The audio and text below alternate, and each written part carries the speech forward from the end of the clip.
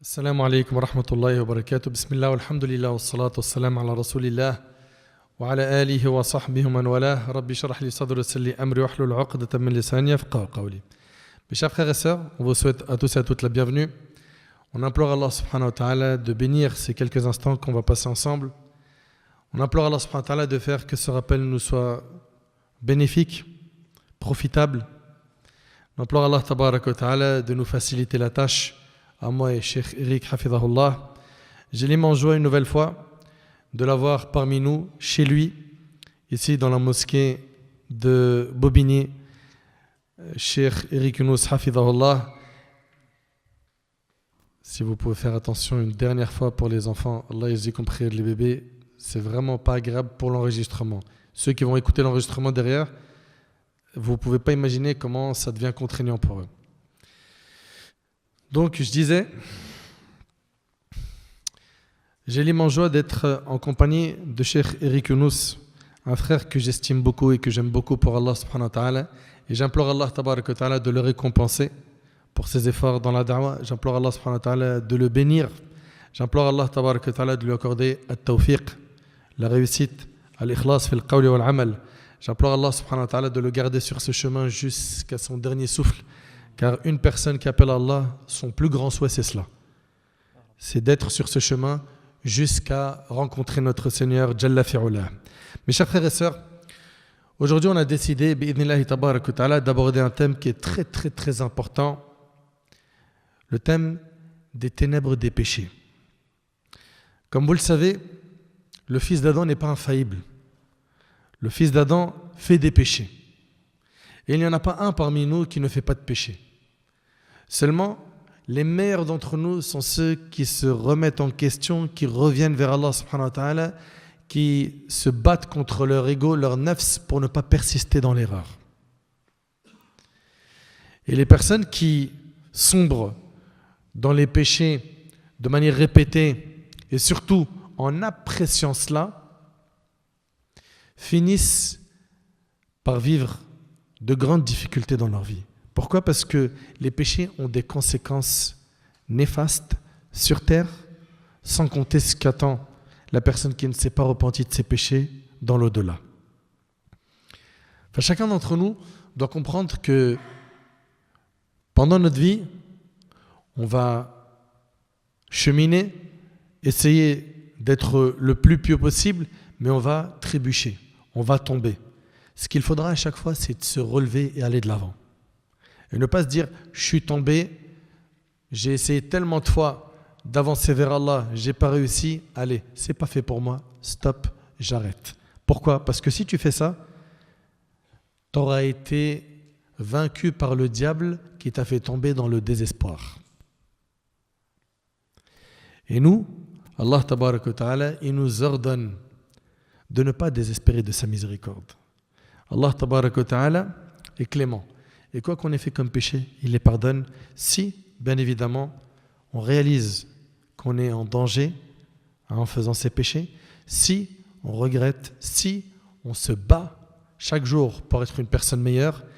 Et sans trop tarder, je vais laisser, Inch'Allah, mon bien-aimé Cheikh Eric Yunus Hafidahullah, vous expliquer l'importance du fait de combattre les péchés, car c'est une affaire qui, le jour du jugement, peut être très dramatique pour certains, tout comme ça peut être le jour du jugement pour certains un jour de joie, un jour de félicité. Et on implore Allah subhanahu wa ta'ala de nous accorder d'être heureux le jour du jugement et d'avoir notre livre de la main droite. Enfin, quelle est l'importance de combattre les péchés ? Quel est le danger des péchés ? Pourquoi est-ce qu'il faut faire très attention à ce point ? C'est ce que va introduire notre bien-aimé Hafidahullah. Falyatafaddal mashkoura min Allahi ma'joura. Amin. Bismillah ar-Rahman ar-Rahim. Alhamdulillahi Rabbil Alamin. Amma ba'd. Je suis très content d'être là une nouvelle fois à côté de Habib al-Ghali, Nader, Cheikh Nader Hafidahullah. C'est toujours un plaisir d'être ensemble. Qu'Allah nous garde une belle amitié, Ya Rabbal Alamin, jusqu'au dernier de nos souffles, et qu'il nous unisse toujours sur Kalimat la ilaha illallah et le fait d'appeler à lui, Ya Rabbal Alamin. Cheikh a insisté déjà en premier lieu, il a commencé à vous enseigner des choses là, des choses que certainement beaucoup d'entre nous ont déjà entendues, mais néanmoins, on doit se rappeler qu'effectivement, on va tous commettre des péchés. On va tous trébucher et on doit tous se relever. Ce qu'on va essayer de voir ensemble, c'est en premier lieu, quelles sont les conséquences des péchés. Parce que la question, est-ce que vous allez tomber dans les péchés, est-ce que je vais tomber dans les péchés, est-ce que nous allons tomber dans les péchés, la réponse est déjà claire. La réponse est oui. Ensuite, une question se pose, est-ce que ce seront des péchés mineurs, des péchés majeurs? Est-ce que ce seraient des péchés qu'Allah nous préserve qui font sortir de l'islam ou pas? Ça va être la vraie question qu'on va se poser. Puis ensuite se posera la question du repentir à Allah subhanahu wa ta'ala. Mais avant d'arriver à cela, j'ai envie qu'on insiste sur un élément. Les péchés sont un voile entre nous et Allah. D'accord? Imaginez-vous de façon symbolique, parce qu'Allah Azza wa Jal, dans Surat An-Nur, il prend comme symbole de sa propre lumière, Nourun ala Nour. On va prendre la symbolique de lumière. Là, j'ai une lumière, par exemple. Entre moi et cette lumière, s'il n'y a pas de voile, de rideau, plus ou moins épais, plus ou moins opaque, la lumière va m'arriver de façon complète. Ça, oh là là. Mais si entre moi et cette lumière-là, je commence à mettre un premier rideau opaque, puis un deuxième, puis un troisième, puis un quatrième, premièrement, la couleur de la lumière va être changée. Deuxièmement, l'éclat de la lumière va être changé. Troisièmement, cette lumière ne va plus éclairer mon visage. T'es plus mon awwar. T'as plus la lumière du din d'Allah Azza wa Jal sur ton visage.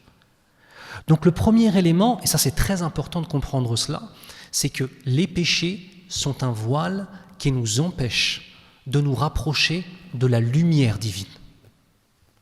Et si ça nous empêche de nous rapprocher de la lumière divine, a fortiori, ça nous empêche d'être un porteur de cette lumière divine.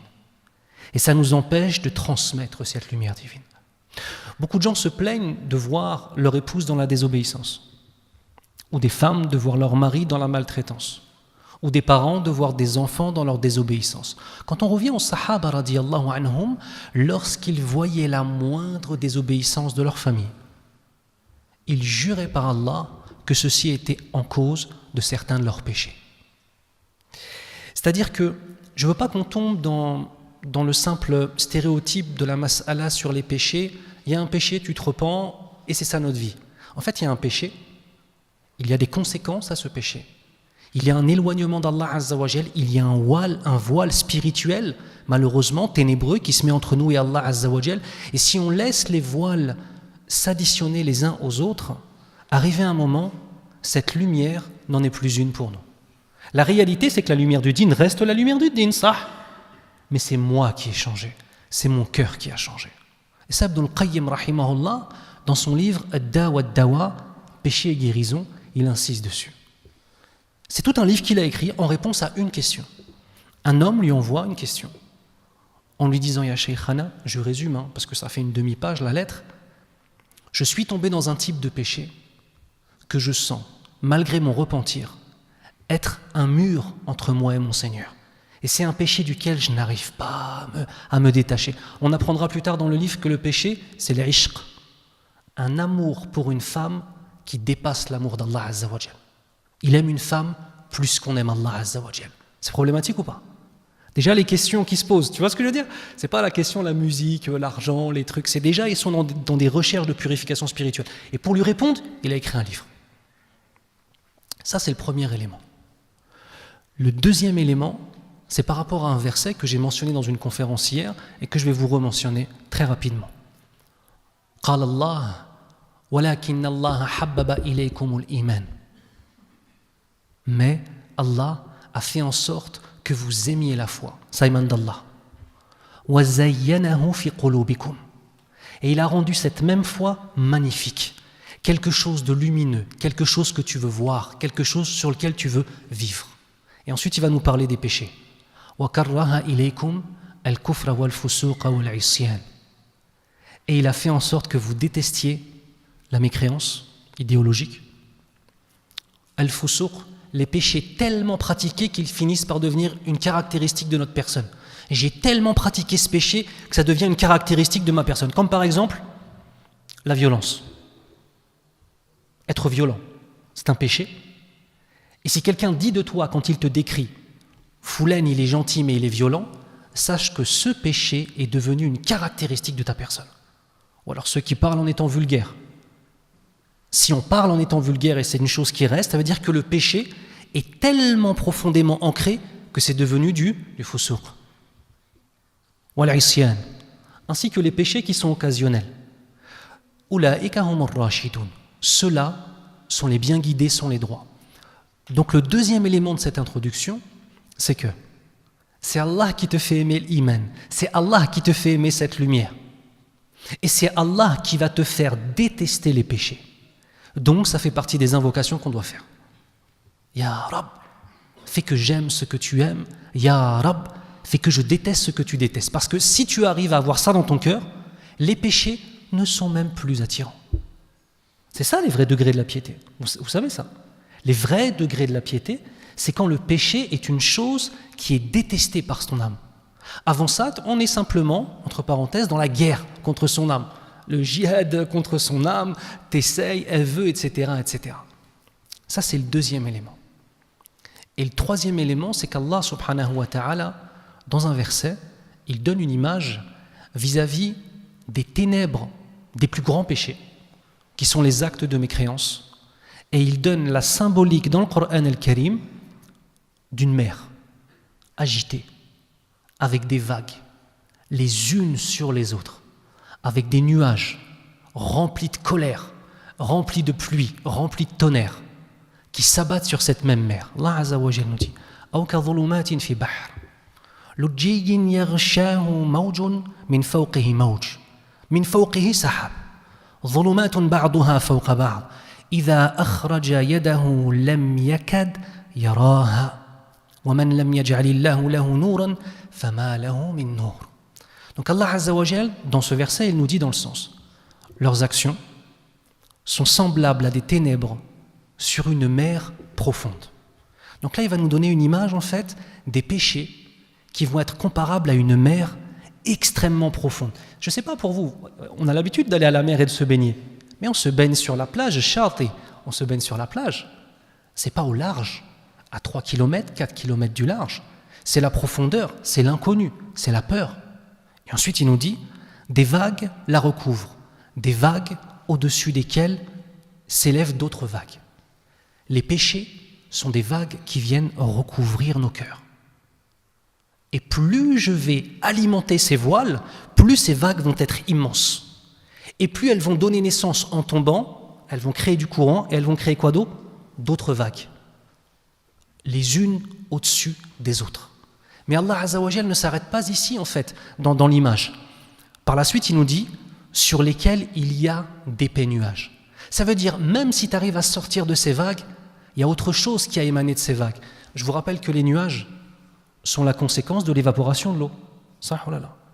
Donc en vérité, on finit par être cerné par notre droite, par notre gauche, par ces vagues des péchés qui nous étouffent si on nous jette au milieu. Et ensuite, même quand cela s'évapore et qu'on a l'impression que ça y est, on s'est débarrassé, en vérité, l'eau de ces vagues, l'eau de ces péchés s'est transformée en nuage. Le nuage, il est différent de la vague. Ça, voilà. Vous comprenez la symbolique? En fait, le nuage, c'est quand tu crois que ça y est, tu t'es débarrassé du truc. Mais en fait, c'est resté au-dessus de ton esprit. Remarquez une chose.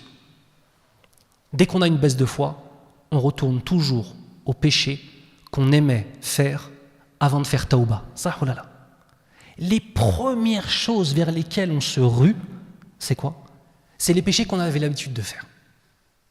Et ça, même si on a réussi à les délaisser pendant un certain temps, en fait, ils n'avaient que l'apparence de quoi? De nuages. Tu as vu, le nuage, il se remplit. Et arrivé un moment, tout tombe. Et quand le nuage et ce qu'il y avait dedans te tombent dessus, et que tu as les vagues les unes au-dessus des autres, là, c'est difficile. Donc ce troisième élément, c'est qu'on est dans un danger pour notre foi. C'est pas, il faut qu'on fasse la différence entre deux choses. Premièrement, le hukm shara'i, ce qu'il va rester d'un péché une fois que j'ai fait tauba, que je me suis repenti. auprès d'Allah au jour du jugement.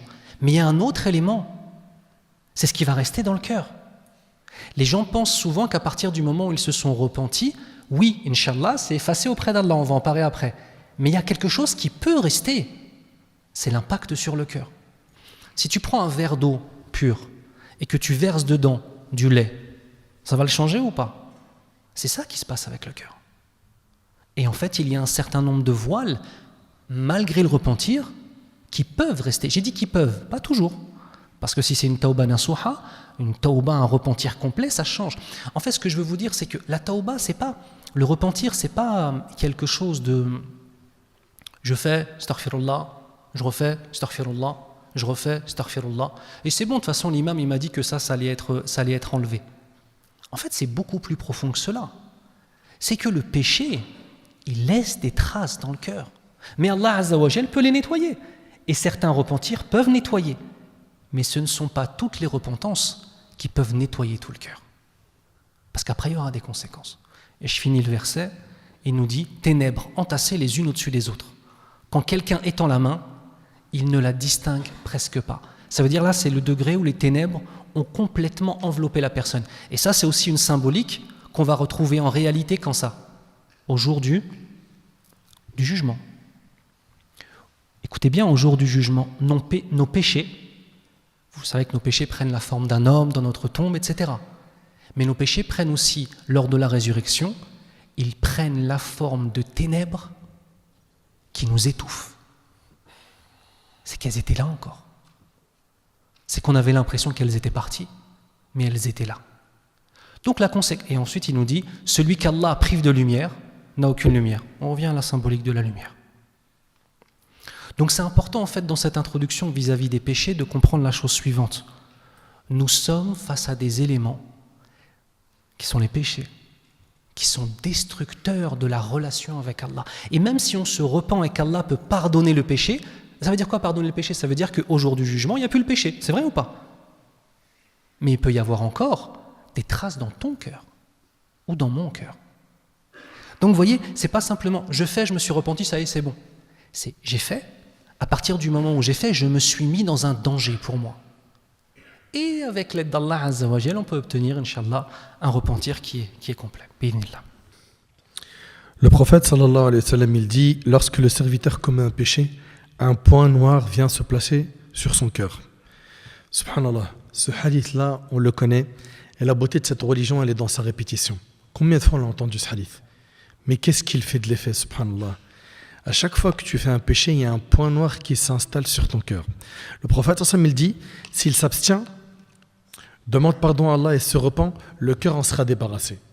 Donc pour pouvoir effacer ce point noir de ton cœur, qui s'est installé suite au péché, qu'est-ce qu'il faut faire? J'arrête le péché, je demande pardon. D'accord?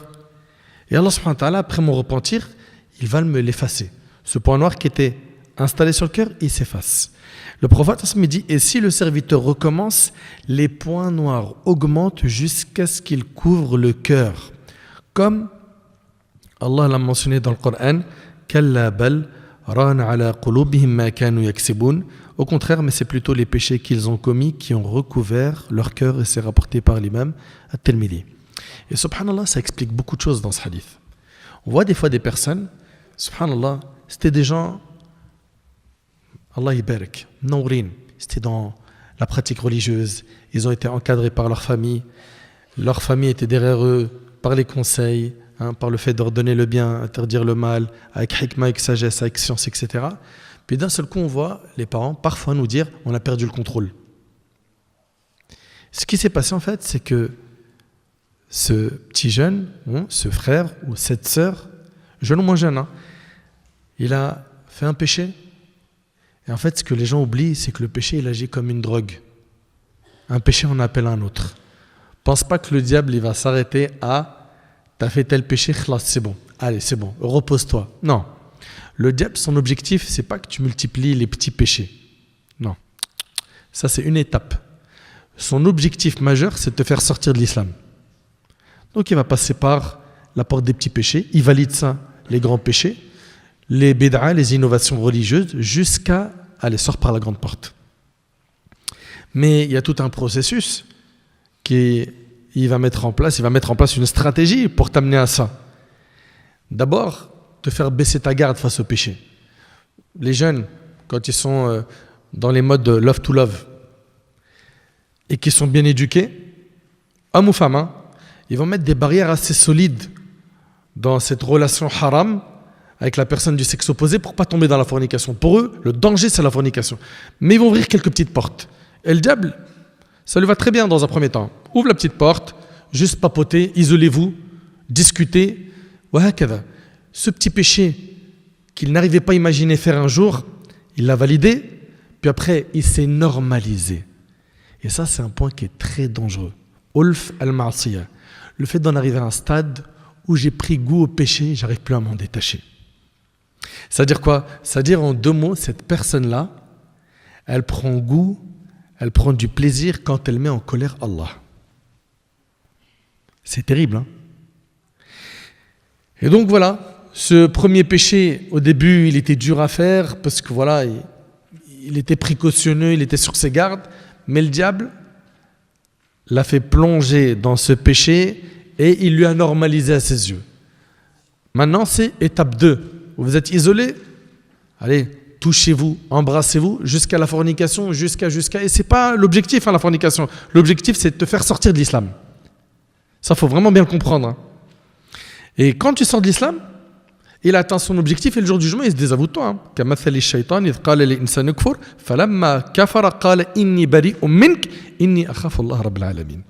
C'est terrible. Allah subhanahu wa ta'ala, il nous dit que le diable, quand il amène la personne au kufr, la mécréance, qu'est-ce qui se passe? Il dit inni bari'un mink. Le jour du jugement, il se désavoue de toi. Il dit moi je me désavoue de toi. Et il rajoute quoi? Moi j'ai peur du Seigneur de l'univers. C'est terrible. Tout comme dans Sourate Ibrahim, quand il dira وقال الشيطان لما قضي الأمر إن الله وعدكم وعد الحق ووعدتكم فأخلفتكم. Le diable dira quand tout sera établi, il va faire un discours en enfer. Il va dire Allah vous a fait une promesse de vérité et je vous en ai fait une que je n'ai pas tenue. وما كان لي عليكم سلطان. Et je n'avais aucune autorité sur vous. T'imagines le diable qui se désavoue publiquement de ses suiveurs?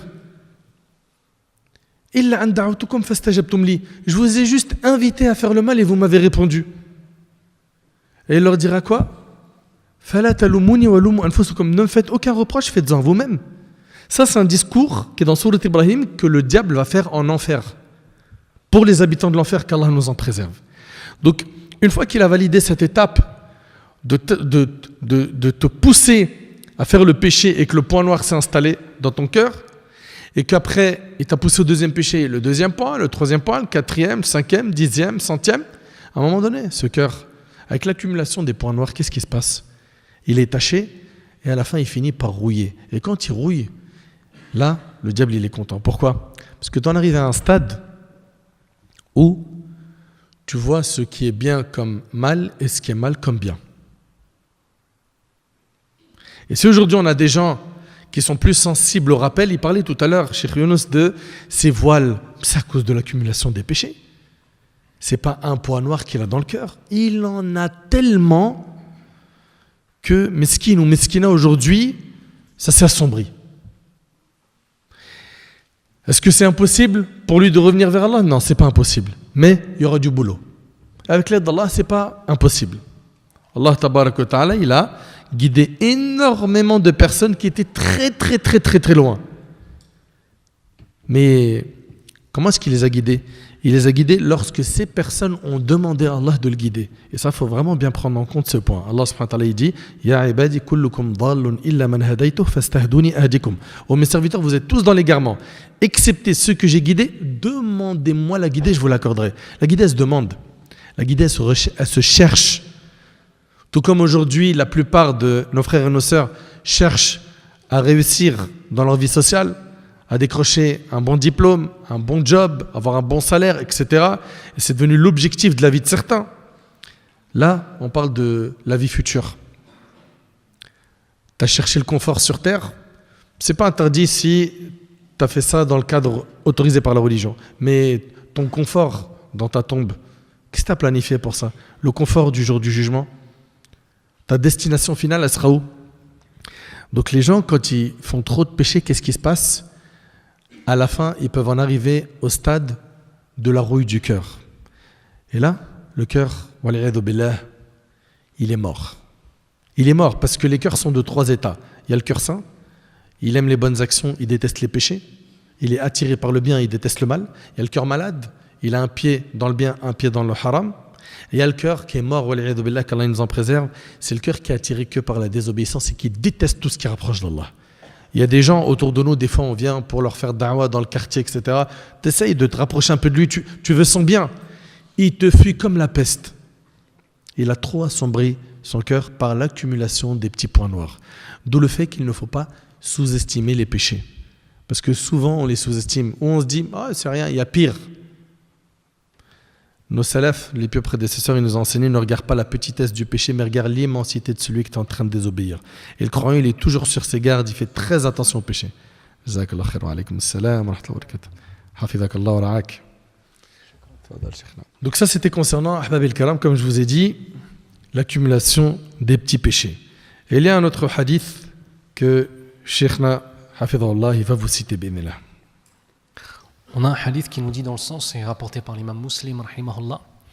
Regardez comment le prophète, sallallahu alayhi wa sallam, à travers simplement les images qu'il utilise, il nous enseigne. Les cœurs sont exposés aux tentations, progressivement, à la manière d'une natte que l'on tresse nœud par nœud. Il prend ici l'image, en fait, tu as vu, comme pour faire... alors maintenant, nous, on est dans une période industrielle, on n'est pas forcément des paysans, etc.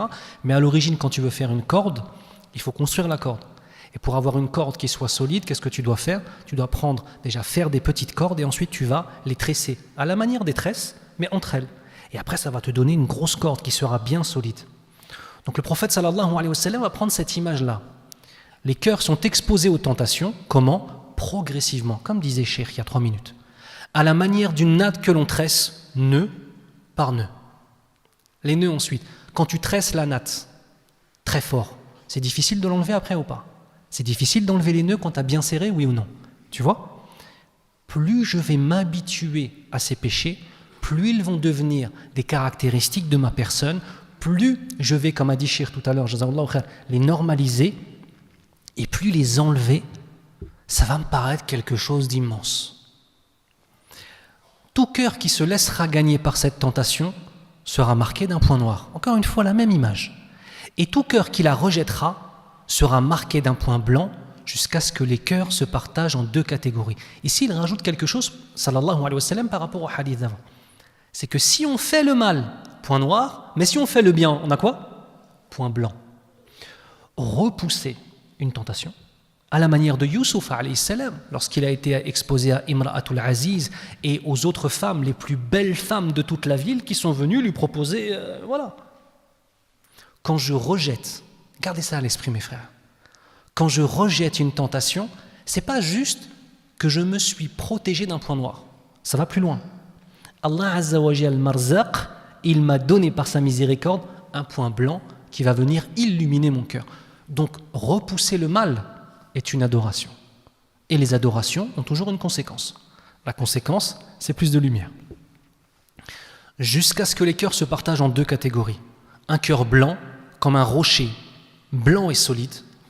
Aucune tentation ne peut lui nuire tant que la terre et les cieux existeront. En fait, il faut prendre cette notion de suivre le dîn d'Allah Azza wa Jal comme étant un honneur profond. Et Allah Azza wa Jal, c'est comme si Allah Azza wa Jal, il t'avait revêtu par l'islam d'un habit magnifique, duquel tu dois faire attention. Si j'ai conscience de cela, si je suis fier de mon dîn, si je me rappelle que je ne mérite pas d'être musulman, mais c'est Allah Azza wa Jal par sa miséricorde qui me donne, Akhil Karim, ton objectif c'est d'avoir ce type de cœur. Comme un rocher blanc et solide, aucune tentation ne peut lui nuire tant que la terre et les cieux existeront. Ça y est, lui, il est tamponné, mashallah, tabarakallah. Et l'autre cœur, noir, foncé et terne, comme une cruche retournée. Il est vide, comme une cruche retournée. Il est vide, il n'y a rien en vérité. Il ne reconnaît aucun bien, c'est ce dont parlait Cheikh tout à l'heure, ni ne rejette aucun mal, en dehors de ce qu'on lui a inculqué comme passion. Dans nos existences, soit on prend le modèle du prophète Mohammed sallallahu alayhi wa sallam comme étant notre modèle de vie, notre modèle idéologique dans sa façon de nous exposer les choses, notre modèle jusque dans notre apparence. Soit on prend lui, soit on prend d'autres modèles. Ce que je veux dire, c'est qu'à partir du moment où on laisse le modèle du prophète sallallahu alayhi wa sallam, on va forcément adopter d'autres modèles. Donc tu vois, on ne pourra pas obtenir ce type de cœur s'il n'y a pas certains choix qui sont faits. Et c'est là où en fait on va... Regardez, ce n'est pas la même chose une personne qui se bat pour essayer de rester debout sur un terrain boueux. Il y a de la boue partout, ça glisse. Il glisse, il tombe, il se salit, il se relève, et il marche, et il glisse. C'est pas la même chose celui qui est dans cette vie et son seul objectif c'est de ne pas tomber, et celui qui va avoir l'intelligence de regarder, d'apprendre à marcher sur un terrain glissant, à se décaler et aller sur un autre terrain qui lui ne l'est pas. Ça, oh là là. Ils ne pourront pas avoir les mêmes objectifs parce qu'en fait, ce n'est pas les mêmes ambitions. Donc en fait, la vraie question à se poser dans notre relation au péché, c'est qu'est-ce que nous cherchons ? On cherche quoi ? C'est quoi notre ambition dans le dîn ? Est-ce que mon ambition, c'est juste de ne pas faire les grands péchés ? Est-ce que mon ambition, c'est une ambition de piété ? Est-ce que mon ambition... Et t'as vu, regarde, des fois, pour nous-mêmes, on n'est pas très ambitieux. Qui a des enfants ? Levez la main. Qu'Allah les préserve, ya Rabbal Alamin. Tes enfants, t'as de l'ambition pour eux ou pas ? Ah, t'as vu, c'est pas... T'as vu, des fois, nous-mêmes, on se néglige, et pour nos enfants, on a plus d'ambition que pour nous. Et c'est quelque chose de noble. Mais écoute bien. Faqidu shay la yu'ti. Celui qui ne possède pas quelque chose ne peut pas le transmettre. Si je veux pour mes enfants cette lumière, ce cœur blanc, solide, fort, il faut que moi je sois un modèle de cela. Ça ne peut pas marcher sinon. Ou alors, si Allah Azza wa Jal, il fait un miracle. Et ça remet encore une fois la notion de responsabilité sur nos épaules. Qu'est-ce que je cherche ? Qu'est-ce que je vise ? Et qu'est-ce que je veux transmettre, Inch'Allah ? Concernant la question qui se pose, c'est la question de comment se préserver des péchés. Tu ne pourras te préserver des péchés qu'à travers la science religieuse. Pourquoi ? Parce que plus je vais apprendre à connaître Allah Tabaraka wa Ta'ala, plus mon amour pour lui va grandir dans mon cœur, plus j'aurai de la honte et de la pudeur de lui désobéir. Aujourd'hui, ceux et celles, et je suis désolé, ça va faire un petit peu mal aux oreilles, mais wallah, c'est la réalité. Ceux et celles aujourd'hui qui désobéissent matin, midi et soir à Allah Tabaraka wa Ta'ala, qui tombent dans les grands péchés, qui sombrent dans les péchés, qui n'arrivent pas à en sortir, ce sont des personnes qui ne connaissent pas Allah. Ils ne le connaissent pas. Ah mais non, commence pas, comment ça tu peux parler comme ça, tu me juges. Non. C'est 1 plus 1 égale 2. Point. Quelqu'un qui connaît réellement Allah, wallahi, l'amour qu'il va avoir pour lui va lui installer du haya, de la pudeur. Il aura honte de désobéir à Allah subhanahu wa ta'ala. Est-ce que ça veut dire par là qu'il sera infaillible, ne fera plus jamais de péché jusqu'à sa mort ? Non. Ça veut dire que quand il va trébucher, il va glisser, il va se remettre en question rapidement et il va regretter sincèrement parce qu'il aime son Seigneur. Et comment ne pas l'aimer ? Azza wa Jal. Wallahi al-azim, qu'on est tellement comblé de bienfaits, mais on est devenu ingrat. Allah Ta'ala dit wa qalilun min ibadiya shakur. Peu de mes serviteurs sont reconnaissants. C'est une réalité. J'en parlais avec mes élèves, subhanallah, je leur disais, subhanallah, regarde, 10 000 litres, plus de 10 000 litres d'oxygène que tu respires gratuitement. Tu payes quoi de cet oxygène ? Rien, c'est gratuit. Et puis c'est sans effort. Et sans ça, tu ne vis même pas. Le sang qui circule dans ton corps, là, pendant que je suis en train de parler, là, ce qui se passe dans mon corps, le cerveau, etc., les ordres qui sont donnés à droite et à gauche, qui gère tout ça ? Qui m'a donné cette possibilité de pouvoir gérer mon corps de cette manière-là ? Il y en a, ils rêveraient de parler, ils ne peuvent pas. Il y en a, ils n'ont jamais vu de leur vie une couleur, ils ne savent même pas ce que c'est. Il y en a, ils n'ont jamais entendu un son. Il y en a, ils n'ont jamais marché de leur vie. Il y en a, ils ne se sont jamais prosternés. Ils rêveraient de mettre leur front au sol, mais en handicap, qui les empêche. Il y a même des gens parmi nous qui rêvent de jeûner. J'ai eu un de mes élèves, Hafidahullah, je n'oublierai jamais, subhanallah, il m'a dit, depuis l'âge de mes 16 ans environ, je n'ai pas jeûné. J'ai un diabète tellement fort.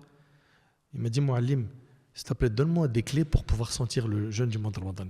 Je ne savoure plus rien.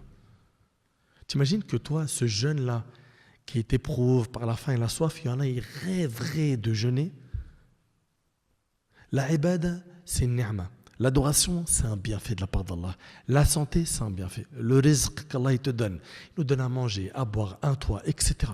Mais en fait, si vous essayez de compter les bienfaits d'Allah, vous ne saurez les dénombrer. Ils sont trop nombreux. Et ce qui nous est demandé, face à tous ces bienfaits qu'Allah nous a octroyés, c'est d'être reconnaissant. La reconnaissance, elle passe par quoi? Al-amal al-salih, par les bonnes actions. Par le fait d'adorer Allah en faisant des bonnes actions.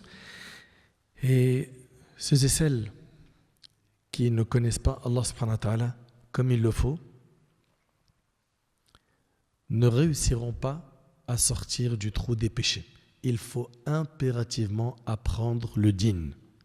Mais quand on dit apprendre le din, les gens en fait ils pensent qu'apprendre le din c'est aller voir sur YouTube les vidéos de un tel et un tel, avec tout le respect qu'on a pour nos imams, nos conférenciers.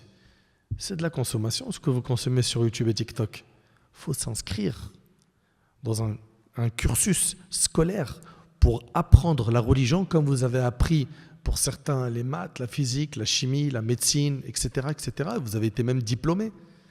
Vous avez sacrifié des nuits, le café la nuit, les veillées enchaînées, etc. Pourquoi? Pour décrocher un grand diplôme. Pas de problème pour ça. La religion, elle nous encourage à quoi? À exceller dans les domaines qui seront utiles. Il n'y a pas de problème. Mais le souci, il est dans le fait qu'on a des gens aujourd'hui, c'est des cadres, des architectes, des ingénieurs, des chefs d'entreprise, des cerveaux qui ne connaissent rien d'Allah. Ils ont percé dans les études de cette dunya, mais ils ne connaissent rien d'Allah. Après, il dit, ouais, j'arrive pas à sortir des péchés. Mais il n'y a rien sans rien. Il faut impérativement que tu apprennes. Plus tu vas apprendre à connaître Allah, plus tu vas être sensible au rappel. Plus peu de paroles vont avoir beaucoup d'effet dans ton cœur. Jusqu'à ce que, subhanallah, moi, Allah, quand je pense à certains salafs, Al-Fudal ibn Iyad, rahimahullah, c'était un brigand de chemin. Un brigand de chemin. C'est-à-dire, c'était la nuit, quand les gens voyageaient, ils disaient même, venez, on s'arrête, si on continue, on va se faire piller par Al-Fudayl et ses hommes. Et Al-Fudayl, non seulement il se repent après avoir entendu quelqu'un réciter le moment n'est-il pas venu pour que le cœur s'humilie à l'évocation d'Allah. Il s'est repenti par Sama' al-Aya, par le fait d'écouter le verset, et après il est devenu Abd al-Haramayn, l'adorateur des deux maisons sacrées de Mecca et Médine. Il en est arrivé à un stade où c'est devenu un savant très sensible, où quand on évoquait le nom d'Allah devant lui, il pleurait rapidement. Mais pour arriver à ce stade subhanallah, de brigand de chemin, où ton cœur il est dur, à ce stade où on te parle un petit peu d'Allah, tu pleures, il y a eu un travail qui a été fait. Il y a eu ce récipient qu'est le cœur qui a été lavé, nettoyé. Vous savez, des fois, on va se repentir, on va revenir vers Allah et on n'arrive toujours pas à enlever les couches, les rideaux qui nous empêchent de faire rentrer la lumière. Vous savez pourquoi? Parce que un vêtement, quand tu l'as traîné dans la boue longtemps, tu as joué au foot, tu l'as torturé le vêtement. Il se peut qu'un passage à la machine ne suffise pas. Il faut faire quoi? On lave une deuxième fois, une troisième fois, puis on rajoute des produits, etc. Et bien toi, c'est pareil. Si tu n'arrives pas à retrouver la lumière tout de suite, il va falloir que tu les multiplies, ce repentir, et que tu persévères. Tu ne lâches pas, tu ne baisses pas les bras. Donc, il faut connaître Allah subhanahu wa ta'ala et savoir quels sont les péchés. Okay? Quels sont les péchés majeurs? Quels sont les pires des péchés? Quels sont les petits péchés? Quels sont les dangers des péchés? Quelles sont les conséquences des péchés? Donc l'apprentissage, c'est nécessaire pour que tu puisses sortir du trou des péchés. On en a plein, ils disent « Wallah, je rêverais d'être quelqu'un de bien. Je kifferais divorcer avec le monde du haram. J'arrive pas. » C'est normal. Tu connais pas Allah. Tu ne connais pas Allah. Apprends à connaître Allah. Apprends à connaître ton din. tu verras qu'en faisant ces efforts, à un moment donné, tu ne seras pas le même. Il y a des efforts à faire. Également, et c'est le deuxième point, et après je vais laisser, Inch'Allah, pour les autres points, Cheikh Younous compléter, le regret. Tu veux te détacher des péchés, il faut que tu regrettes le péché que tu as commis. Il faut que tu penses à une seule chose. C'est que le péché que tu as fait, il t'a éloigné d'Allah. Et franchement, on médite un petit peu sur cette phrase. Wallah, elle est très puissante. Hein. Mon péché m'a éloigné d'Allah. Tu trouves ça normal? Toi, tu aimes bien te rapprocher des stars, d'avoir des grands contacts. Parce qu'en temps de crise, dans les moments de galère, ces contacts-là, ils sont super utiles. Mais t'imagines que tu as accepté de supprimer volontairement le meilleur des contacts qui est ton Seigneur, Allah Azza wa Jal. Volontairement, tu ne veux pas de ce lien avec Allah subhanahu wa ta'ala. Et on oublie que Allah subhanahu wa ta'ala dit wa yamsaska Allahu bidur fala kashifa lahu illa hu. Si un mal te touche, nul autre à part Allah peut l'enlever. Personne ne peut te sortir de tes épreuves, de tes embrouilles, de tes soucis à part Allah. Celui qui te donne ta subsistance, celui qui peut être utile, celui qui peut nuire, c'est Allah. Celui qui peut t'éprouver à tout moment, c'est Allah. Celui qui peut dissiper tes soucis et enlever ses épreuves, c'est Allah. Et nous, on tourne nos cœurs vers autre que lui. Donc le regret. Le regret surtout pour quelqu'un qui était sur le chemin de la droiture et puis après il s'est retrouvé avec la mauvaise fréquentation, avec les tentations du diable, à s'écarter du droit chemin. C'est-à-dire quoi? C'est-à-dire qu'après avoir connu un lien avec Allah qui était fort, tu t'es retrouvé aujourd'hui à t'éloigner de lui. Wallahi al-azim, quel échec et quelle perte. Surtout si la personne meurt dans cette situation, parce que le prophète il a dit qu'on sera ressuscité de la même manière dont on est mort. Toi, tu as pris le chemin du haram, tu ne sais pas en fait qu'un péché en appelle un autre. C'est une drogue. Et combien de personnes ont commencé par la clope, puis après très rapidement Shamma, puis après Chicha, puis la drogue, puis la drogue, essaye de la drogue dure, puis. Ça y est. Il se dit, j'arrive plus à m'en sortir. Parce que ça agit comme une drogue. Et un péché en appelle un autre. C'est pour ça que tu dois regretter amèrement le péché que tu as fait parce qu'il t'a éloigné d'Allah. Et comment tu peux t'éloigner de celui qui t'a créé? Comment tu peux t'éloigner de celui qui pourvoit tes besoins? Comment tu peux t'éloigner de celui qui te jugera le jour du jugement et qui te remettra ton livre soit de la main droite, soit de la main gauche? Comment tu peux t'éloigner de lui? Tu as échangé cette vie qui est le Jannah éternel pour ce vil bas monde. Tu ne te réveilles pas un peu de ton insouciance? Quand est-ce qu'on va se réveiller de notre insouciance?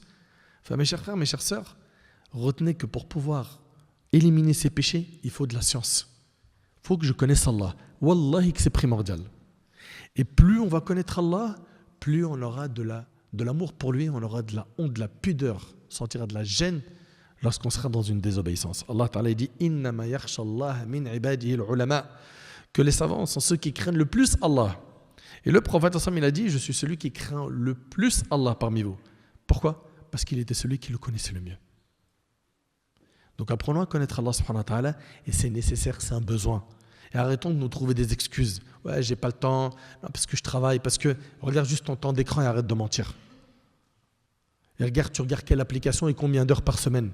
Et après tu dis t'as pas le temps, c'est juste un manque de volonté. Et le deuxième point, c'est le regret.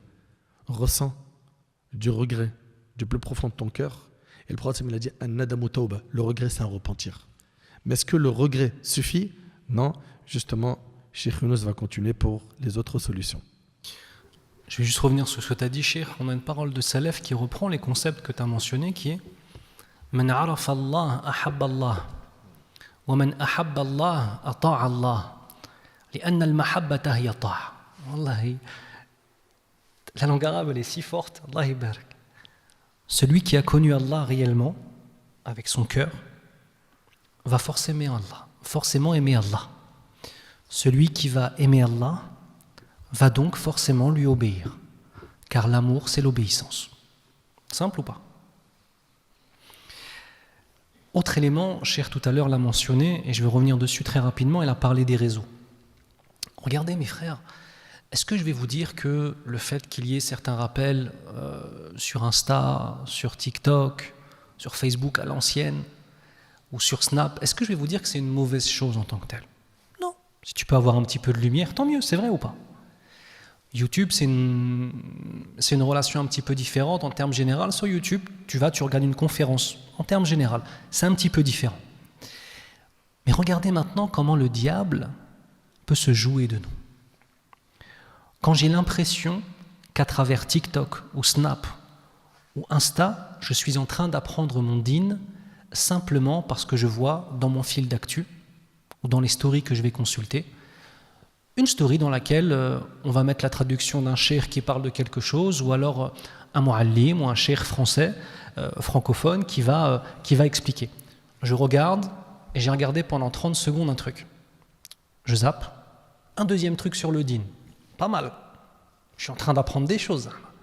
Je zappe, je vois un gars qui met la hagra à un autre, et tout le monde rit. Je zappe, je vois un gars qui tombe, qui se galleb, et tout le monde rit. Je zappe, je retombe sur un morceau de rappel.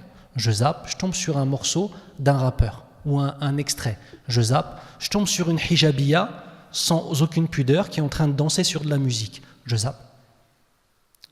Combien de fois est-ce que je vais zapper en 1 heure? Au minimum 120 fois. On passe facilement 1 heure devant, bon, j'ai pas TikTok, mais on passe facilement 1 heure devant TikTok ou devant Insta, ça, oh là là. Et le problème, c'est qu'on a appris, écoutez bien, comment le diable, la'natullah alayhi, il nous connaît. Il a rendu normal le fait de mélanger le din et le sale. Ça, oh là là. Je vois du din, je vois du sale, je vois du din, je vois du sale. Et à force de le faire, j'ai le sentiment que c'est devenu normal en fait. Et ensuite, petit à petit, ça vient se retransmettre dans ma vie. Le din, le sale. Ça finit par être moi, ça. Donc attention aussi à ces éléments. Quand Cheikh parle d'apprendre, écoutez mes frères, on a besoin d'éducation spirituelle. Vous comprenez? Et quand on vous parle d'apprendre votre dîn, c'est pas simplement de faire du droit musulman. Bien évidemment, il faut savoir prier.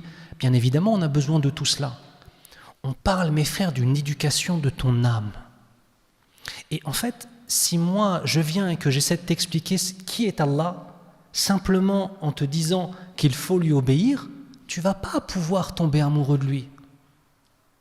À l'ancienne, tu as vu les grands-mères, les grands-pères, t'as le bled, wallah, ils ne connaissent pas grand-chose. Mais tu sais quoi? Ils ont eu ce qu'on appelle une intelligence historique communautaire. Cela signifie que toutes les valeurs de l'islam étaient dans la société, dans les sociétés un petit peu rurales, en Algérie, au Maroc, au Mali, au Sénégal, en Mauritanie. En fait, tu vois le dîn, pour avoir un certain nombre d'éléments du dîn qui allaient pouvoir te changer et qui allaient pouvoir te ramener à aimer Allah, il y avait des choses qu'il n'y avait même plus besoin d'enseigner. Parce que tout le monde était là-dessus, plus ou moins. Et donc, en fait, tu as appris ton dîn, comme ça. Et après, bien évidemment, tu rajoutes des choses. Mais nous, en France, est-ce qu'on a ça? Qu'est-ce qu'on t'apprend à l'extérieur de ta maison? On t'apprend que tu dois consommer, ça, que tu dois être celui... si tu regardes les réseaux sociaux et toutes les normes des réseaux sociaux, celui qui doit faire le plus d'oseille le plus facilement. On nous fait rêver avec des influenceurs. Chérie, quand tu les connais dans l'intimité, leurs vies, elles sont comment, cher? Allah les guide. Leurs vies, elles sont comment? Elles sont heureuses ou pas? Non, je ne veux pas te déclencher là-dessus, mais... Non, elles sont malheureuses. Et franchement, moi, ça me fait mal au cœur de le dire. On n'est pas en train de se moquer d'eux. C'est-à-dire, c'est un réel constat. Nos petits frères aujourd'hui, c'est réel. Leur rêve, c'est d'être comme ces gens visibles qui leur montrent que, voilà, on vit la best life. Hein, c'est leur mot, ça. Hein. Voilà, on fait beaucoup d'argent. J'ai tel âge, je suis jeune et je fais des millions sur TikTok. Et ceci, ok, on leur vend du rêve. Mais ils ne vous montrent que quelques petits extraits de leurs 24 heures. Le reste, c'est les ténèbres. Ce qu'on est en train de dire là, malheureusement, c'est ce que beaucoup d'entre eux vivent sans généraliser. Parce qu'ils sont loin d'Allah. Et on en a eu un paquet au téléphone. Un paquet. Moi, je leur souhaite que la guider. Wallahi. On n'est pas là, Zama, pour leur jeter des pierres. Notre rêve, c'est qu'ils fassent le khir. Et qu'ils soient dans les plus hauts degrés du paradis. Mais malheureusement, plein d'entre eux ont été piégés. De toute façon, Allah Azza wa Jalla a divisé ce monde en 2 catégories. قال الله ومن لم يتب فأولئك هم الظالمون. Quant à ceux qui ne se repentent pas, ce sont eux les injustes. Ça signifie qu'on a d'une part les repentants. Tu as vu, donc Allah Azza wa Jal, quand il divise le monde en deux, même le bon côté, c'est le côté de ceux qui font des péchés, ça, oh là là, mais qui se repentent à Allah Azza wa Jal, sincèrement, avec tous les éléments qu'on a mentionnés. Et le deuxième, c'est les injustes. Déjà, regardez, quand on désobéit à Allah Azza wa Jal, on est injuste envers nous-mêmes. Puisqu'en fait, on est en train de se priver de ce qu'on appelle halawat al-iman, les délices de la foi. Le fait de ressentir cette présence d'Allah subhanahu wa ta'ala d'une façon qui sied à sa perfection. C'est très important en fait. Et quand tu aimes Allah, anta mushtaq ilayh. D'ailleurs, le croyant, parmi les caractéristiques du croyant, qu'il est mushtaq ila liqa'illah. La rencontre d'Allah lui manque. Tu viens de te marier. Tu viens juste de te marier. La sœur, mashallah, tu l'as khtab, le papa, il était difficile, il voulait pas, c'est une sœur extraordinaire. Allah ibarak, mashallah. Tu as réussi à te marier avec elle. Mais tu as eu une mission, tu as appelé, tu as dû faire une... Et tu vas revenir, et c'est ta nuit de noces. Elle est à 300 km de toi. Logiquement, tu vas rouler environ à 220 km/h sur l'autoroute, c'est vrai ou pas?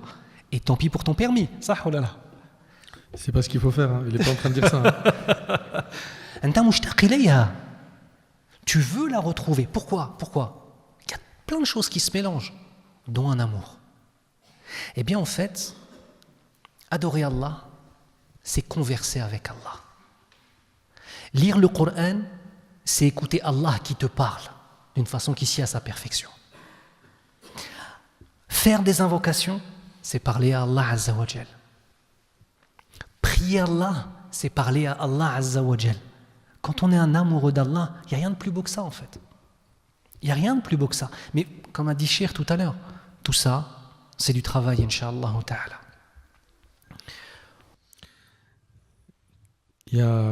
Donc vous avez entendu, jusque-là, la science, c'est ce qui nous permet justement d'éliminer les péchés. On a pu voir ensemble que le fait d'apprendre à connaître Allah, ça élimine les péchés. Le fait de regretter le péché. Cheikh, il a parlé des deux catégories de gens. Il y a également la résolution de ne pas retomber dans le péché. C'est-à-dire être déterminé à ne plus refaire le péché. Et tout ça, c'est des a'mal qalbiyya, c'est des choses qui viennent du cœur. C'est-à-dire que tu peux tromper toute l'humanité en nous disant je suis pieux, je me suis repenti, j'ai arrêté, j'ai fait les 400 coups, j'ai fait ceci, j'ai fait cela, hamdoullah. Mais tu ne pourras jamais tromper Allah subhanahu wa ta'ala. Et donc, une personne qui regrette son péché doit, se détacher après cela du péché immédiatement et être ferme dans sa résolution de ne plus retomber dans le péché. Est-ce que cela signifie qu'il ne refera plus jamais de péché? Non. Mais Allah subhanahu wa ta'ala il dit وَالَّذِينَ إِذَا فَعَلُوا فَاحِشَةً أَوْ ظَلَمُوا أَنفُسَهُمْ ذَكَرُوا اللَّهَ. Subhanallah. Allah subhanahu wa ta'ala, en parlant des croyants, des gens qui pratiquent, il dit lorsqu'ils tombent dans la turpitude, qu'ils se rappellent d'Allah. La première des choses que doit faire le croyant quand il tombe dans le péché ou la croyante, c'est de se rappeler d'Allah. Et qu'il demande pardon à Allah. Et Allah il nous dit, et qui d'autre à part Allah pardonne les péchés si ce n'est lui? Et Allah il dit et qui ne persiste pas dans le péché alors qu'ils savent. Trois choses nous sont demandées dans ce verset. C'est que quand je tombe dans la désobéissance, quand je me retrouve tout seul dans ma chambre et que ça y est, je suis en roue libre avec mon smartphone parce que maman dort, papa dort, ou madame elle n'est pas à côté de moi, ou monsieur n'est pas là, ou voilà, j'ai pas de surveillance humaine autour de moi. Eh bien, ça y est, c'est la télé, la tablette, l'ordi, et ça peut aller loin, sites pornographiques, et plus que cela même, voir des prostituées, des escortes. Wallah, on entend des choses aujourd'hui, de la folie folle. Vraiment, on entend des choses qui sont très sombres et choquantes. Mais écoute bien, Allah il nous dit Azza wa Jal que lorsqu'on tombe dans un péché, on doit se rappeler d'Allah. Souviens-toi de lui. Souviens-toi qu'Allah t'a vu. Souviens-toi qu'il a comptabilisé cet acte. Souviens-toi qu'Allah t'a entendu en train de commettre ce péché. Subhanallah. Ça te fait rien? À ce point-là, le regard des gens, il est plus important pour toi que le regard d'Allah? Donc, ceux qui tombent dans le péché, Allah il nous dit qu'ils se rappellent d'Allah. Juste après, fastaghfiru li dhunubihim. Et ils demandent pardon. Mais une demande de pardon sincère, où il y a du regret. Je me sens tellement mal d'avoir fait ce péché. Parce que combien de personnes, ils se repentent, mais c'est de repentir mytho. Pourquoi? Quand ils repensent au péché, ils disent Wallah, c'était halal quand même, c'était un truc de ouf. C'est vrai que c'est un péché haram, astaghfirullah. Mais c'est une dinguerie le haram que j'ai fait. C'était mielleux de malade. Wallah, il ne regrette pas le péché. Il kiffe quand il y repense. Il n'arrive pas à dire c'était pas bien. Non. Ben là, déjà, tu as un problème dans ton repentir. C'est que tu ne regrettes pas. Ton repentir, c'est juste une parole. Il n'y a rien dans le concret dans ton repentir. Parce que le prophète, il a dit, le repentir, c'est... Le regret, c'est un repentir. Tu as eu, dans un premier temps, le souvenir d'Allah, tu t'es rappelé d'Allah, tu as demandé pardon, persiste pas dans le péché. Persiste pas, arrête, ça suffit. Tu es en train de te faire du mal. Wallahi l'azim que ça va te rattraper tôt ou tard si tu ne te repens pas. Et combien de fois des gens se sont retrouvés à être rattrapés par les péchés du passé? C'est pour ça, chacun d'entre nous doit faire le nécessaire pour tirer le frein à main. Est-ce que ça veut dire par là qu'on n'en fera plus? Non. T'en feras. Mais regarde comment Allah subhanahu wa ta'ala est miséricordieux. Tant que ton repentir ressemble à ce qu'on vient de dire, il y a un regret. Je me détache. Et attention, un regret sincère, c'est pas pour m'acheter une image. Je me détache du péché. Je suis déterminé à ne plus le refaire. Tant que c'est comme ça, Allah il me pardonnera mes péchés, même s'ils sont répétés plusieurs fois. Tant que je me repens de cette manière. C'est pour ça qu'il faut faire très attention et être vigilant face au péché, car le fait de garder en tête que ça éloigne d'Allah, si ça t'éloigne d'Allah, tu sais ça veut dire quoi? Ça veut dire que tu es en train de t'éloigner de la miséricorde d'Allah. Et on n'entrera au paradis que par la rahma d'Allah Azzawajal. Chacun d'entre nous doit faire le nécessaire pour revoir sa relation avec Allah subhanahu wa ta'ala et se battre chaque jour pour être quelqu'un de meilleur. Le prophète il a dit Al-Mujahid man jahada nafsa. Il a dit le véritable combattant, c'est celui qui combat son âme. C'est un combat. Tous les jours, tu vas te battre. Un tel, il est éprouvé par les paris sportifs. L'autre, c'est par les femmes. L'autre, c'est une sœur qui n'en peut plus des relations illicites. Elle est trop attirée par les hommes dans le haram. L'autre, c'est l'argent sale. L'autre, c'est les clips orduriers qu'on a aujourd'hui. L'autre, c'est la vantardise, etc., etc. Chacun d'entre nous connaît ses faiblesses et on doit justement cheminer envers Allah subhanahu wa ta'ala pour être des personnes meilleures. Je laisse, Inch'Allah, Cheikh Younous, bi'idhnillah, clôturer et j'implore Allah subhanahu wa ta'ala de nous accorder une bonne compréhension de sa religion et nous accorder à tous et à toutes la piété et une bonne fin. Je vais finir sur un élément en fait qui va aller dans le sens de ce qu'a dit Cheikh. Regardez, les péchés sont une conséquence de caractéristiques de l'âme. Les péchés sont une conséquence des caractéristiques de l'âme. Le ulama nous parle de 4 caractéristiques principales qui sont la source de tous les péchés. C'est bien, si on les connaît et qu'on essaie de travailler dessus, on ne va pas simplement s'améliorer nous, mais on va fermer la porte en amont au péché. La première, c'est l'orgueil. La deuxième, c'est le vice. La troisième, c'est l'âme bestiale et les passions. Et la quatrième, c'est l'âme bestiale et sa sauvagerie. Donc le premier, l'orgueil. Le deuxième, le vice. Le troisième, l'âme qui est toujours tournée vers les passions. Le quatrième, l'âme qui est tournée vers la sauvagerie. Ces 4 éléments. L'orgueil dans la fierté exagérée. L'orgueil dans le racisme. L'orgueil dans l'amour de l'éloge. L'orgueil dans le caractère hautain. Il n'y a pas une chose en toi qui soit bonne qui n'est pas une émanation de la miséricorde d'Allah Azza wa Jal. Ta gentillesse, c'est une miséricorde qu'Allah Azza wa Jal t'a donnée. Ton intelligence, c'est une miséricorde qu'Allah Azza wa Jal t'a donnée. Ta capacité à t'en sortir, à pouvoir avoir une stratégie dans le halal, c'est une miséricorde qu'Allah Azza wa Jal t'a donnée. Tout le bien qu'il y a en toi émane d'Allah. Tu ne peux pas t'enorgueillir si tu as compris cela. L'argent que tu as, c'est une miséricorde ou un châtiment d'Allah. Ça dépendra. Parfois, l'argent est un châtiment. Parfois, il y a des gens pour lesquels la meilleure des choses pour eux, c'est de rester pauvres toute leur vie. En restant pauvres toute leur vie, ils resteront pieux toute leur vie.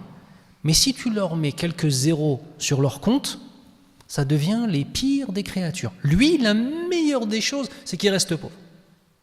Et pour d'autres, au contraire, ils vont réussir, alhamdoulilah, à avoir de l'argent dans le halal et faire du bien avec leur argent. L'orgueil. Deuxième, le vice. L'envie néfaste. Les ruses et les tromperies. Les fraudes, l'hypocrisie, l'incitation au mal, le mensonge.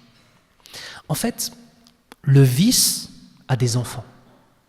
Et voilà les enfants qu'il a, c'est ce que je vous ai mentionné. Notamment, il y en a encore d'autres. Donc en fait, quand je veux me préserver de certains péchés, parfois en fait, ce qu'on fait, c'est que, regardez, imaginez-vous un grand barrage avec des grosses fissures, 4 grosses fissures. Et il y a de l'eau qui descend. L'eau qui sort de ces 4 grosses fissures, elle vient taper le sol, creuser un peu le sol et faire plein de petits ruisseaux. Si tu vas tout en bas, à 1 kilomètre de ce barrage, tu vas trouver des dizaines et des dizaines de petits ruisseaux. Et souvent les petits frères, ou les grands frères d'ailleurs quand ils viennent nous voir, ou les grandes sœurs, ou les, grands frères, ou les petites sœurs, ils disent, il y a tel petit ruisseau, vous comprenez que c'est les péchés les petits ruisseaux, il y a tel petit ruisseau qui me pose problème, comment je fais ? Alors on lui dit, voilà, il faut que tu t'éloignes de cela. Alors il fait quoi ? Il met un nouveau petit barrage sur ce petit ruisseau. Mais il y en a des milliers. Qu'est-ce qu'il faut faire ? Il faut retourner aux brèches. Il faut retourner à l'origine de ce qui a la capacité à donner toutes ces centaines de petits ruisseaux. D'accord ? Troisièmement, l'âme bestiale et ses passions. Le désir charnel en dehors du mariage. La nourriture excessive. Les drogues. La musique illicite. Etc., etc. Donc là, on est en train de parler d'autre chose, c'est quand mon âme a été tellement habituée à se pencher vers ce qu'elle désire et que je mette toute ma vie au service de combler mon âme, que je finis par être l'esclave de mon âme. Et quatrième chose, l'âme bestiale et la sauvagerie, la colère, la violence verbale, la violence physique. Vous savez, mes frères, Cheikh a grandi dans un quartier, j'ai grandi aussi dans un quartier, la région parisienne, comme nous tous. Il n'y a aucun honneur à parler comme une caïra. C'est bon ? Tu n'es pas en train de montrer une facette de toi qui est bonne quand tu emploies la vulgarité.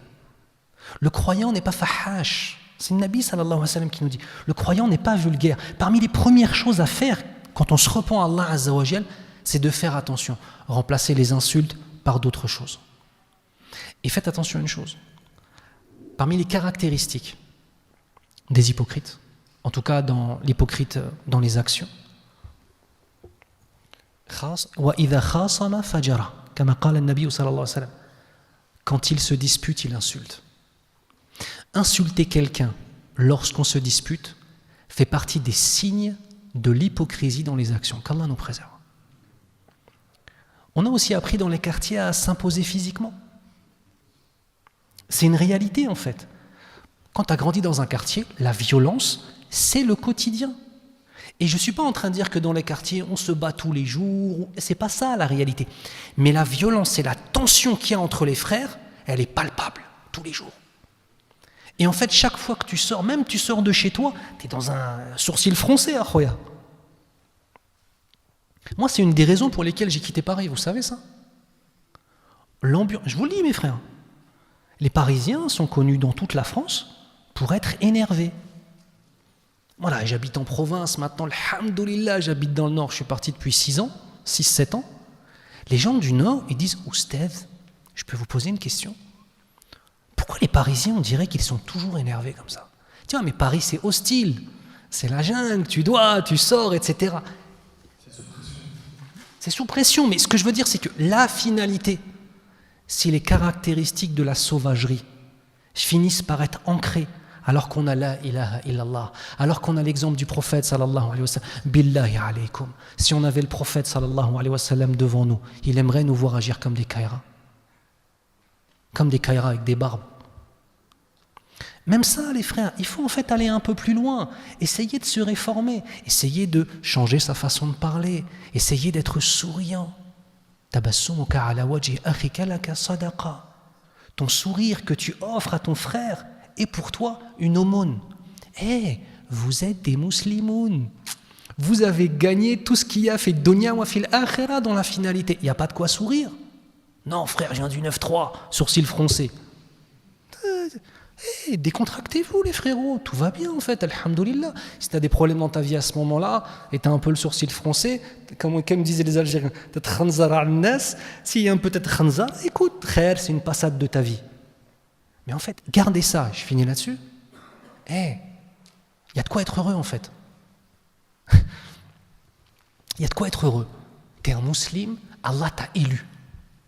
Il y a de quoi être souriant, il y a de quoi être heureux. Et si tu as des épreuves spécifiques, Allah sahel, qu'Allah te sorte des épreuves, Inch'Allah. On a encore beaucoup de choses, mais on va s'arrêter là, Inch'Allah ta'ala. Je demande à Allah, subhanahu wa ta'ala, celui qui guide et celui qui égare, Al-Hayy, Al-Qayyum, l'éternel, celui qui n'a besoin de personne alors que tout le monde a besoin de lui, Al-Aziz, Wal-Ghafour, le Tout-Puissant est celui qui pardonne sans cesse les péchés, Al-Khabir, celui qui connaît la réalité de nos actions et qui nous informera de la réalité de nos actions au jour du jugement. Nas'aluhu subhanahu wa ta'ala an yaghfira lana dhunubana. Demande à Allah de nous pardonner nos péchés. Demande à Allah azza wa jal de nous accorder l'honneur d'être des amoureux d'Allah. On demande à Allah de nous accorder l'honneur d'être des hommes et des femmes qui s'accrochent à la sunna du prophète sallallahu alayhi wa sallam de toute leur âme. On demande à Allah azza wa jal de faire de nous des étrangers à cette vie d'ici-bas, ya Rab. On demande à Allah azza wa jal de nous faire rencontrer les bonnes personnes sur notre chemin, de nous permettre de rencontrer les personnes qui vont nous montrer la voie, ya Rabbal Alamin. On demande à Allah d'ouvrir nos cœurs à la science réelle. On demande à Allah d'ouvrir nos cœurs au fait d'aimer ceux et celles qui aiment Allah azza wa jal. Allahumma nas'aluka hubbak wa hubba man yuhibbuk wa hubba ma yuqarribuna ila hubbik. Ya Allah, on te demande ton amour. Et l'amour de ceux qui t'aiment. Et l'amour de ceux qui nous rapprochent de toi, ya Rabbal Alamin. Demande à Allah subhanahu wa ta'ala de pardonner nos péchés et de faire en sorte, ya Rabb, qu'il préserve votre cheikh, votre imam, Cheikh Nader Abou Anet, hafidahullah, qu'il l'élève au plus haut degré du paradis ainsi que sa famille, ya Rabbal Alamin.